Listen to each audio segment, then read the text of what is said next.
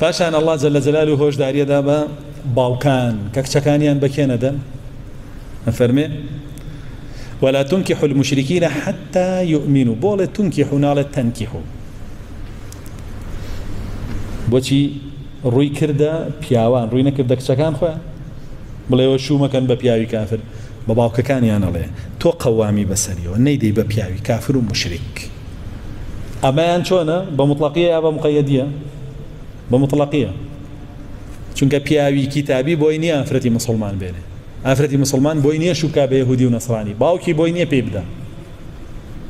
بو چونکه زواج چیه او پری اختلاط ولاء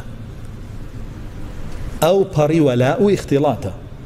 كتوكشك تدابا يهوديك وبنصرانيك او بري ولاء هي بو يهوديت وبو نصرانيت لم اسلام شي تدرو داد ببياوي كافر او بري ولاء هي بو كفر لم اسلام شي تدرو هتاك الزور صريحه دو ايش حكم يان باسقا وجمهوري زانايان لصحابه وتابعين لدواء اوانيش لقل اوان كافرت ببي ولي امر بويني شوكا چونکه ولي امر لنا وبياوانا او بياواناسي باشا بويني ببي ولي امر شوكا او ولي امر وك الله جل جلاله كديتي بقوام بسريه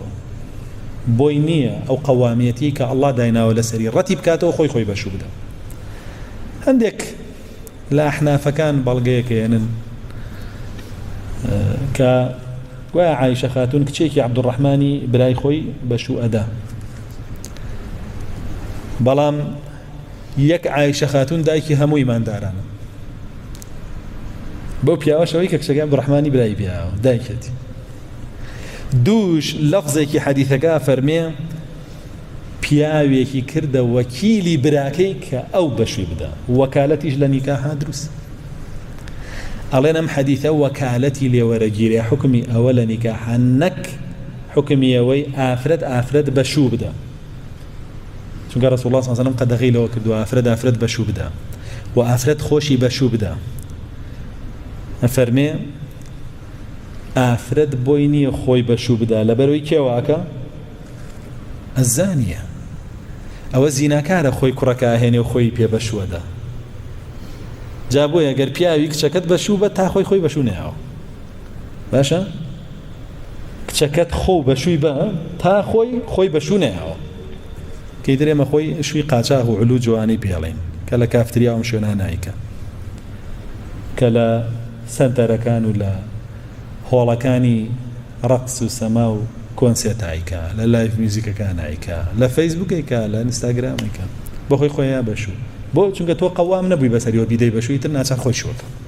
خوي خويا بشو خوي بقوامي خوي